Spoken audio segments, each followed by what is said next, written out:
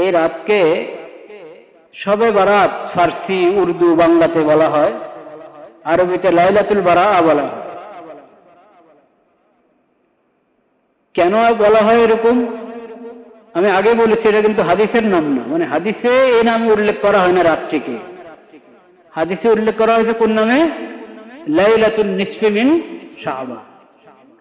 এটা আলাদা নাম না, যেটা বাস্তবতা 15 শাবানের রাত, এইভাবে উল্লেখ করা হয়েছে হাদিসে। সহিহ ইবনে হিব্বান, মুসনাদ আহমদ সহ বিভিন্ন হাদিস গ্রন্থে মুআয রাদিয়াল্লাহু তাআলা আনহু থেকে এবং আরো একাধিক সাহাবী থেকে হাদিসটি বর্ণিত হয়েছে। আমি মুআয রাদিয়াল্লাহু তাআলা আনহু থেকে, মুআয রাদিয়াল্লাহু তাআলা আনহুর বর্ণিত হাদিসটি বলছি, যেটা সহিহ ইবনে হিব্বানে আছে। ইয়াত্তালিউল্লাহু ইলা জামিই খালকিহি লাইলাতান নিসফি মিন শাবান ফায়াগফিরু লিজামিই খালকিহি ইল্লা লিমুশরিকিন আও মুশাহিন। নবী করিম সাল্লাল্লাহু আলাইহি ওয়াসাল্লাম বলেছেন, আল্লাহ তাআলা তার সকল মাখলুকের প্রতি দৃষ্টি দান করেন, রহমতের দৃষ্টি দান করেন অর্ধ শাবানের রাতে। ফায়াগফিরু লিজামিই খালকিহি, সবাইকে ক্ষমা করে দেন, ইল্লা লিমুশরিকিন আও মুশাহিন, এই রাতের যে বিশেষ ক্ষমা মুশরিক পাবে না, শিরিকের গুণে লিপ্ত যারা, তারা এই রাতের বিশেষ মাগফিরাতটা পাবে না।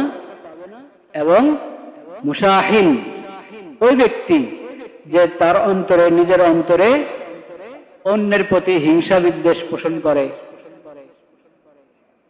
শত্রুতা পোষণ করে, সেও এই রাতের ক্ষমা পাবে না।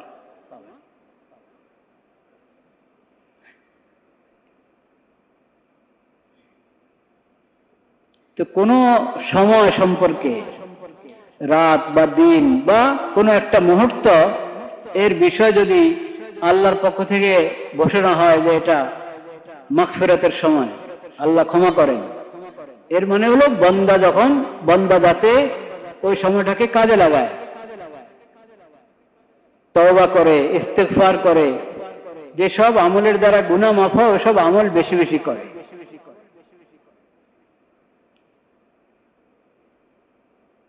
এই সূত্র ধরেই এই রাতের মধ্যে মানুষ চেষ্টা করে নফল আমল বেশি বেশি করা, নফল নামাজ বেশি পড়বে, রুকু সেজদা দীর্ঘ সময় সেজদার মধ্যে কাটাবে, তাসবিহ পাঠ করবে এবং দোয়া করবে। সেজদার মধ্যে একটা তো তাসবিহ পাঠ করার কাজ, সুবহান রাব্বিয়াল আলা, আর একটা কাজ কি? দোয়া। যত দোয়া করতে পারি, কোরআন হাদিসের যা দোয়া আমার মুখস্থ আছে সব করলাম। যদি মুখস্থ না থাকে, নফল নামাজের মধ্যে সজদাতে নিজের ভাষাও যদি আমি দোয়া করি আল্লাহর কাছে, তাও ভালো, আল্লাহ কবুল করবে।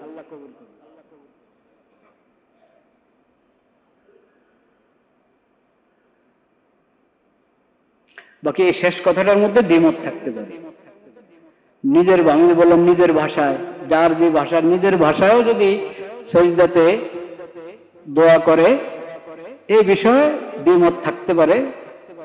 অন্য কোনো আলেম বা মুফতি বলতে পারেন যে না, এটা ঠিক না, নামাজের ভাষায়, যেটা আরবি ভাষায় দোয়া করবে, যে দোয়া তার জানা নাই, যা সে আরবিতে বলতে পারছে না, সেটা করবে না, ওটা সাধারণ মুনাজাতে দোয়া করবে।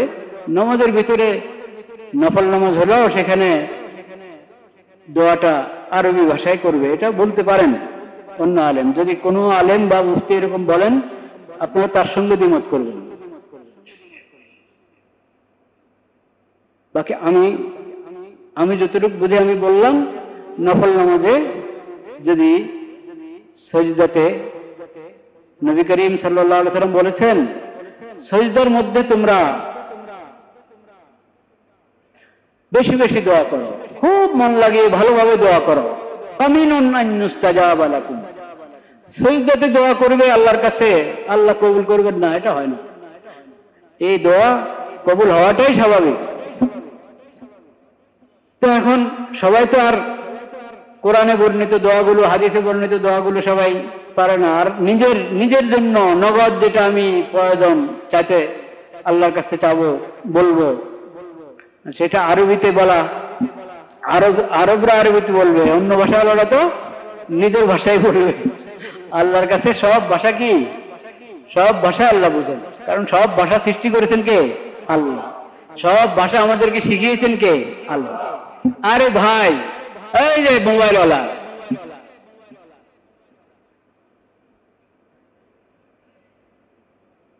মানে আমি অন্য ধান্দা করবো, ওটার একটা সময় তো থাকে।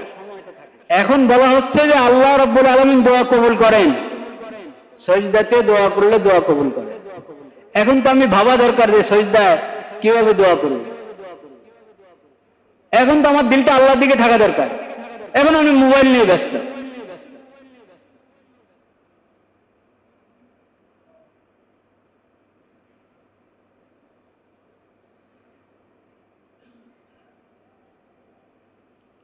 অহেতুক অনর্থক কাজ, সেটা জুমার দিনের জন্য, জুমার দিনের জন্য, এবং মসজিদে বসে জুমার নামাজের অপেক্ষায়। এখন আমরা সবাই জুমার নামাজের অপেক্ষায়, ইন্তজারুস সালাতি মিনাস সালাত। নবীজি বলেছেন, সালাতের অপেক্ষায় তুমি আছো, তাইলে তুমি সালাতের মধ্যেই আছো। তো সময়টা কত মূল্যবান আমাদের জন্য, কত দামি সময়টা। এখানে কত বেশি আল্লাহর দিকে আমরা মুতাওয়াজ্জিহ হয়ে থাকা দরকার, আল্লাহ অভিমুখী হয়ে থাকা দরকার।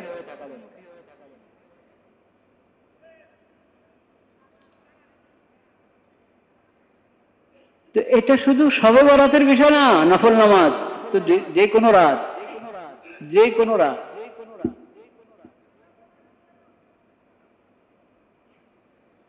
এটা একটা বাৎসরিক বিশেষ ডাক আল্লাহর পক্ষ থেকে। নতুবা প্রতি রাতেই তো এই মুহূর্ত আসে যখন আল্লাহর রহমতের দরজা খোলা, আসে কিনা? প্রতি রাতে আসছে। এই যে শীতের লম্বা লম্বা রাত, হ্যাঁ, এসার পরে সময় নষ্ট করি গল্প গুজবের মধ্যে, আর শেষ সাথে শুয়ে থাকে। নবীজি শিখিয়েছেন আগে আগে শো, আগে আগে শো। নবীজির সুন্নতের উপর আমল করলে দিন দুনিয়ার সব ফায়দা পাওয়া যায়। এখন চিকিৎসকরা, বিজ্ঞানীরা এখন বলে যে আগে আগে শোয়ার প্রয়োজনীয়তা কেন, বলে কিনা? দেরিতে শুবেন, আসল ঘুমটা পাবেন না। গভীর ঘুম, যেটা আপনার স্বাস্থ্যের জন্য, সুস্থতার জন্য দরকার, দেরিতে ঘুমালে সে ঘুমটা পাবেন না। 9:30 10টার দিকে, 9টার দিকে যদি শুয়ে পড়েন, কমপক্ষে 9:30 10টাতে যদি শুয়ে পড়েন, তাহলে আপনি আসল ঘুমটা পাবেন। ওই সময় 3-4 ঘন্টা ঘুম অনেক ফায়দা দিবে। আর 12টার পরে শুলেন, তখন 4-5 ঘন্টা ঘুমও ফায়দা দিবে না।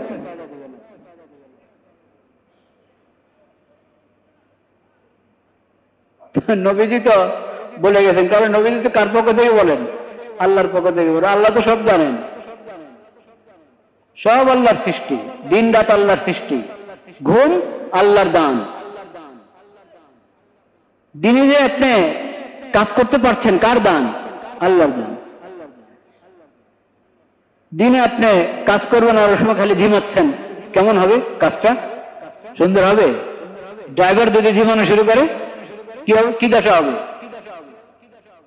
ড্রাইভারটা তো বুঝি, অন্য যে কোনো দায়িত্ব আপনি পালন করছেন আর আপনি ঝিমাচ্ছেন, ওটা ড্রাইভারের জীবনের মতোই। ওখানে খালি আপনি অ্যাক্সিডেন্টের ভয় পান, এইখানে অ্যাক্সিডেন্টটা দেখছেন না, কিন্তু প্রতিনিয়ত অ্যাক্সিডেন্ট হচ্ছে। আপনি আপনার আমানতের মধ্যে খেয়ানত করছেন, এটা অ্যাক্সিডেন্ট।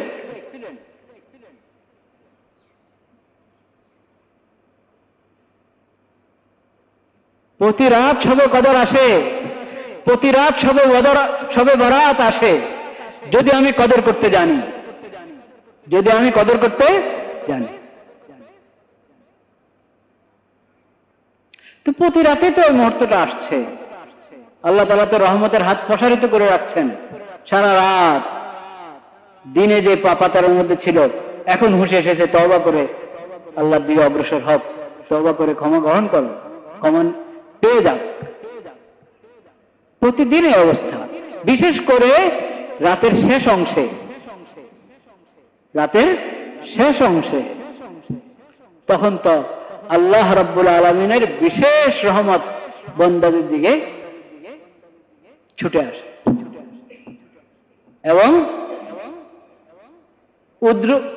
ঊর্ধ্ব জগৎ থেকে বলা হতে থাকে বান্দাদেরকে, কার কি প্রয়োজন বলো, কার রিজিক দরকার বলো, কার সুস্থতা দরকার বলো, কার কি প্রয়োজন বলো, তোমার প্রয়োজন পুরা করা হবে। ওখান থেকে ঘোষণা হচ্ছে, আর আমরা শুয়ে আছি, আমরা শুয়ে আছি। আর বছরে একবার শবে বরাতের জন্য বসে আছি, শবে বরাত পালন করবো এমন ভাবে যে হয়তো দেখা যাবে ফজরের নামাজের আর খবর নেই, অনেক রাত পর্যন্ত জাগ না, তারপরে শুয়ে পড়েছে, ফজরের নামাজের খবর নেই। কোন রকম উঠে ফজর পড়েছে, কিন্তু মসজিদে জামাতের সাথে পড়তে পারল না। অথচ নবী করিম সাল্লাল্লাহু আলাইহি ওয়াসাল্লাম বলেছেন, এশার নামাজ জামাতে মসজিদে পড়ো, আধা রাত ইবাদতের সওয়াব পাবে।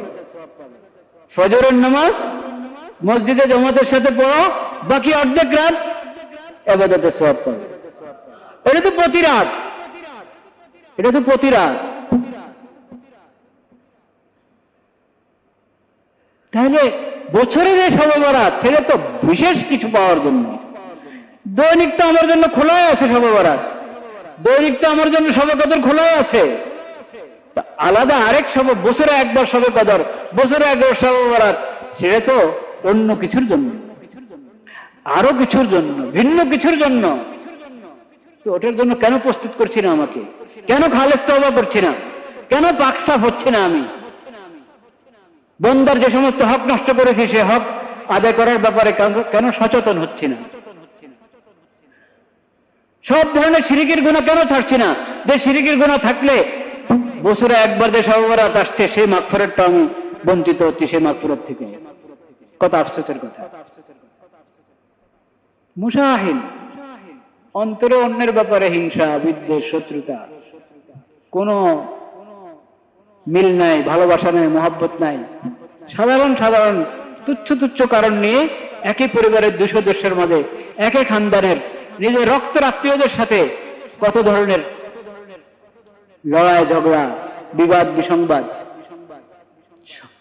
সম্পর্কটা খারাপ হয়ে যায়। সম্পর্ক খারাপ হওয়া মানে হলো এক গুনাহ না শত গুনাহ? শত গুনাহ। শাবান মাস আমাদেরকে রমাদানুল মুবারকের সুসংবাদ দিয়ে থাকে। শাবান মাসে আমরা উপনীত হলাম, এর মানে রমাদানুল মুবারক এসেই গেল। আল্লাহ রাব্বুল আলামিন আমাদেরকে রমাদানুল মুবারকের জন্য প্রস্তুত হওয়ার তৌফিক নসিব করেন।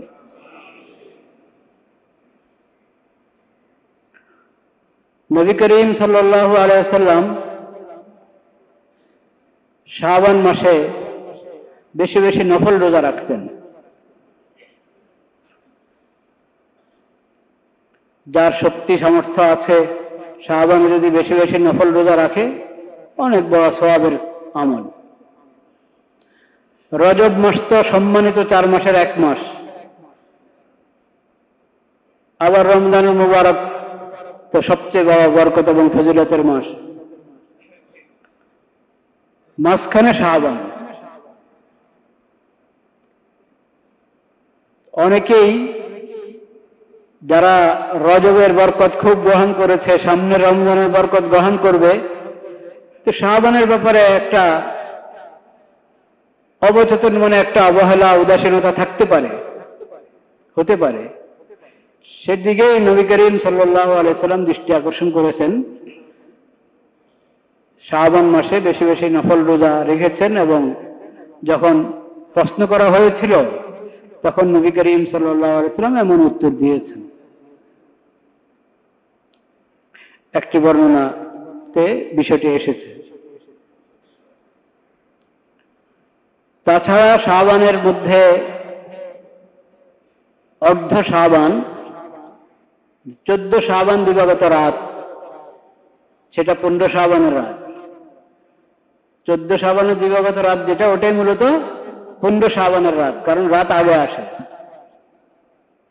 চাঁদের হিসাবে রাত আগে আসে এবং সন্ধ্যা হলে রাত শুরু, রাত্রে 12টা 1 মিনিটে গিয়ে হবে। ওগুলো অন্যদের হিসাব। আমাদের হিসাব হলো সূর্য ডুবে গেল, রাত শুরু হলো, বাস তখন থেকেই রাত বানাবে। এনাদের 12টা 1 মিনিট থেকে, তা না, সন্ধ্যা হলো, রাত শুরু হয়ে গেছে। শবে বরাত আপনি রাত্রে 12টা থেকে গুনবেন না, কিন্তু শবে বরাত ধরবেন হলো সন্ধ্যা থেকে, যার যার সন্ধ্যা।